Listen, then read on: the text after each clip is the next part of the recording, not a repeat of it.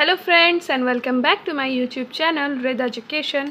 आज मैं आप लोगों के लिए लेकर आई हूँ लूसेंट्स नोट्स पार्ट 3, जिसे मैं प्राचीन भारत के बारे में बता रही थी, जिसमें मैंने पिछले 2 वीडियो में पार्ट 1 और पार्ट 2 में मैंने प्राचीन भारत के ऐतिहासिक स्रोतों के बारे में बताया। और नेक्स्ट हमारा टॉपिक है वो है प्रागैतिहासिक काल। ठीक है, तो हम आज इसे वीडियो में कंप्लीट करें। तो चलिए फ्रेंड्स, हम स्टार्ट करते हैं प्राचीन भारत का दूसरा पॉइंट जो है प्रागैतिहासिक काल। ठीक है, इतिहास का विभाजन प्रागैतिहास, आदि इतिहास व इतिहास 3 भागों में किया गया। 6ठी शताब्दी ईसा पूर्व से पूर्व का इतिहास। ठीक है, तो प्राक इतिहास और आदि इतिहास। प्राक इतिहास को 2 भागों में बांटा गया है, पूर्व पाषाण काल, दूसरा मध्य पाषाण काल। ठीक है, फिर पूर्व पाषाण काल जो है उसको फिर से 3 भागों में बांटा गया है, निम्न पूर्व पाषाण काल, मध्य पूर्व पाषाण काल, उच्च पूर्व पाषाण काल। ठीक है, अब दूसरा जो है आदि इतिहास। आदि इतिहास को कुल 7 भागों में बांटा गया है, जो कि इस प्रकार से है। आदि इतिहास को 7 भागों में बांटा गया है। नवपाषाण काल, हड़प्पा पूर्व का काल, हड़प्पा काल, ताम्रपाषाण संस्कृति काल, लौह युग, वैदिक युग, उत्तर वैदिक युग। ठीक है, उसका यहाँ पर कुछ विशेष संस्कृति और उनसे जुड़े बर्तनों के नाम मैंने यहाँ पर लिख रखे हैं, तो चलिए इन्हें जानते हैं। जैसे कि है मालवा। मालवा का है काला तथा लाल। ठीक है, इंपॉर्टेंट है, याद रखिएगा। बुर्जहोम का धूसर, जोखे का लाल, द नवपाषाण का चमकीला धूसर, पूर्वी नवपाषाण का भूरा लाल। ठीक है, आगे पॉइंट जानते हैं। जिस काल में मनुष्य ने घटनाओं का कोई लिखित विवरण उद्धृत नहीं किया उसे प्रागैतिहासिक काल कहते हैं। ठीक है, उसका जिस काल में लेखन कला के प्रचलन के बाद उपलब्ध लेख पढ़े नहीं जा सके उसे आदि ऐतिहासिक काल कहते हैं। जिसमें लेख को पढ़े नहीं जा सके उसे आदि ऐतिहासिक काल कहते हैं।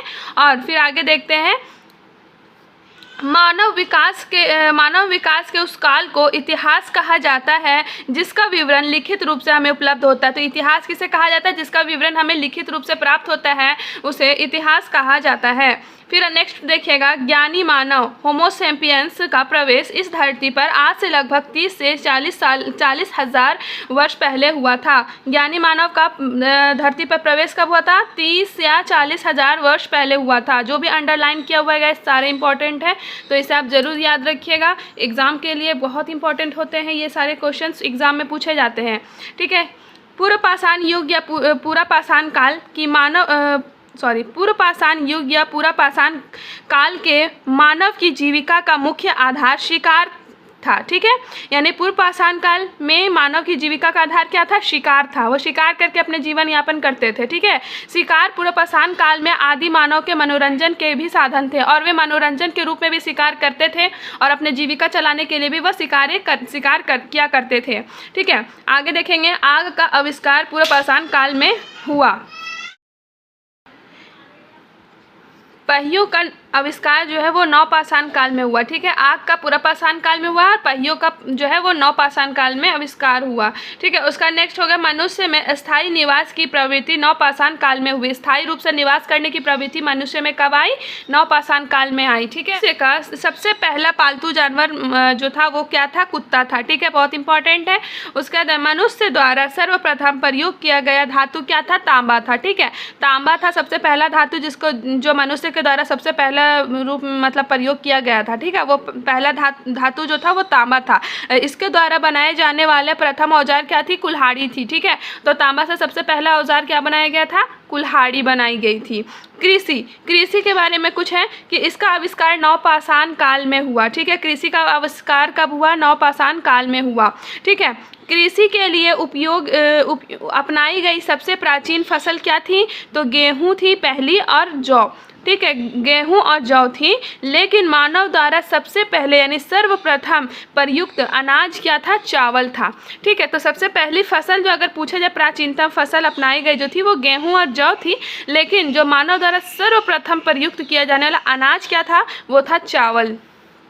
ठीक है, नेक्स्ट देखिएगा, प्रागैतिहासिक अन्न उत्पादक स्थल कहाँ है? अन्न उत्पादक स्थल कहाँ है? प्रागैतिहासिक अन्न उत्पादक स्थल मेहरगढ़ पश्चिमी बलूचिस्तान में अवस्थित है।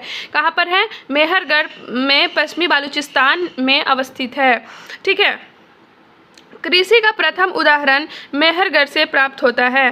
कृषि का प्रथम उदाहरण कहाँ से प्राप्त हुआ है? मेहरगढ़ से प्राप्त हुआ है। कोल्डी हवा का संबंध चावल के प्राचीनतम साक्ष्य से है। इंपॉर्टेंट है, बहुत ज़्यादा पूछ सकता है कि कोल्डी हवा का संबंध किससे है, तो ये चावल की प्राचीनतम साक्ष्य जो प्राप्त हुए थे उससे है इसका संबंध, किसका? कोल्डी हवा का। ठीक है। भारत में पूर्व प्रस्तर युग के अधिकांश औजार स्टफिक यानी पत्थर के बने हुए थे। स्टफिक मतलब पत्थर के, मतलब कि प्रश्न जो भी पहले में जो भी औजार थे वो ज़्यादातर पत्थर के बने हुए पाए गए हैं। 1863 में भारत में पूर्व पाषाण कालीन औजारों की खोज करने वाले पहले व्यक्ति कौन थे? Robert Bruce Foote. ठीक है, कौन थे? रॉबर्ट ब्रूसफुट थे, जो कि 1863 में भारत में पूर्व पाषाण कालीन औजारों की खोज करने वाले पहले व्यक्ति बने। ठीक है। पल्लवरम नामक स्थान पर प्रथम भारतीय पूर्व पाषाण कलाकृति की खोज हुई थी। ठीक है। नेक्स्ट देखते हैं, भारत में मानव अस्थिपंजर मध्य पाषाण काल से ही सर्वप्रथम प्राप्त होने लगता है। तो मानव अस्थिपंजर जो है वो मध्य पाषाण काल से प्राप्त हुआ है। ठीक है। उसके बाद आगे देखिए, भारत में मध्य पाषाण काल के विषय में जानकारी सर्वप्रथम 1867 ईस्वी में हुई थी। ठीक है। मध्य पाषाण काल के बारे में जानकारी जो है वो 1867 ईस्वी में मिली। जब C.L. कार्लाइल ने विद्युत क्षेत्र में लघु पाषाणोपकरण खोज निकाले। ठीक है। भारत में नवपाषाणकालीन सभ्यता का प्रारंभ जो है वो ईसा पूर्व 4000 के लगभग में हुआ था। ठीक है। आगे देखिए, भारत का सबसे प्राचीनतम नगर मोहनजोदड़ो था। ये भी इम्पोर्टेंट है। भारत का सबसे प्राचीनतम नगर किसे कहा जाता है? मोहनजोदड़ो को कहा जाता है। सिंधी भाषा में इसका अर्थ यानी मोहनजोदड़ो का अर्थ होता है मृतकों का टीला। क्वेश्चन पूछ सकता है मृतकों का टीला किसे कहा जाता है? तो मोहनजोदड़ो को कहा जाता है सिंधी भाषा में। ठीक। भारत में पाए जाने वाला एकमात्र मानवाप कपि श्वेतभ्रू गिबन है। ठीक है। श्वेतभ्रू गिबन है। ताम्रपाषाण युग की एक बड़ी बस्ती कौन है? इनाम गांव। ठीक है। ताम्रपाषाण युग की एक बड़ी बस्ती कौन है? इनाम गांव, और इसका संबंध जारवे संस्कृति से है।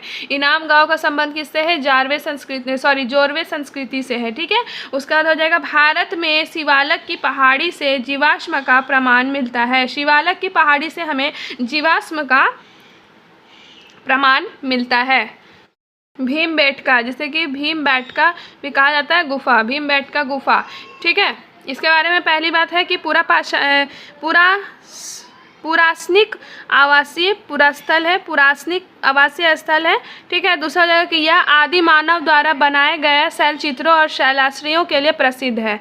आदि मानव के द्वारा बनाए गए शैलचित्रों और शैलाश्रियों के लिए प्रसिद्ध है भीमबेटका गुफा। ये चित्र भारतीय उपमहाद्वीप में मानव जीव के प्राचीनतम चिन्ह हैं। ठीक है। उसका नेक्स्ट इसका ही देखेंगे कि यह जो है मतलब कि जो भीमबेटका गुफा है यह मध्य प्रदेश के रायसेन जिले में स्थित है। कहाँ स्थित है? मध्य प्रदेश के रायसेन जिले में स्थित है। इसकी खोज वर्ष 1957 से 58 में डॉक्टर विष्णु श्रीधर वाकनकर द्वारा की गई थी। ठीक है। तो भीमबेटका गुफा की जो है खोज जो है वो 1957 से 58 ईस्वी में डॉक्टर विष्णु श्रीधर वाकनकर द्वारा की गई थी। नेक्स्ट है इसका इसी के बारे में, इसी गुफा के बारे में कि अगस्त 1990 में इस क्षेत्र यानी कि भीमबेटका को भारतीय पुरातत्व सर्वेक्षण भोपाल मंडल ने राष्ट्रीय महत्व का स्थल घोषित किया है। ठीक है। कब घोषित किया? अगस्त 1990 ईस्वी को। जुलाई 2003 में यूनेस्को ने इसे विश्व धरोहर स्थल घोषित किया। ठीक है। भीमबेटका गुफा को जो है जुलाई 2003 में यूनेस्को ने जो है विश्व धरोहर स्थल घोषित किया। ठीक है। उसके बाद फिर हो जाएगा नेक्स्ट कि भारत में मनुष्य संबंधित सबसे पहला प्रमाण नर्मदा घाटी में मिलता है। मनुष्य से संबंधित पहला प्रमाण कहाँ मिला है? नर्मदा घाटी में मिला है। ठीक है। प्रथम बार वैज्ञानिक आधार पर भारत की जनसंख्या का प्रजाति विभेदीकरण प्रथम बार वैज्ञानिक आधार पर भारत की जनसंख्या का प्रजातीय विभेदीकरण भारतीय नागरिक सेवक के अधिकारी रिजले के द्वारा किया गया था। वीडियो पसंद आई हो तो प्लीज़ इसे लाइक शेयर करें और मेरे चैनल को सब्सक्राइब करें। Thank you.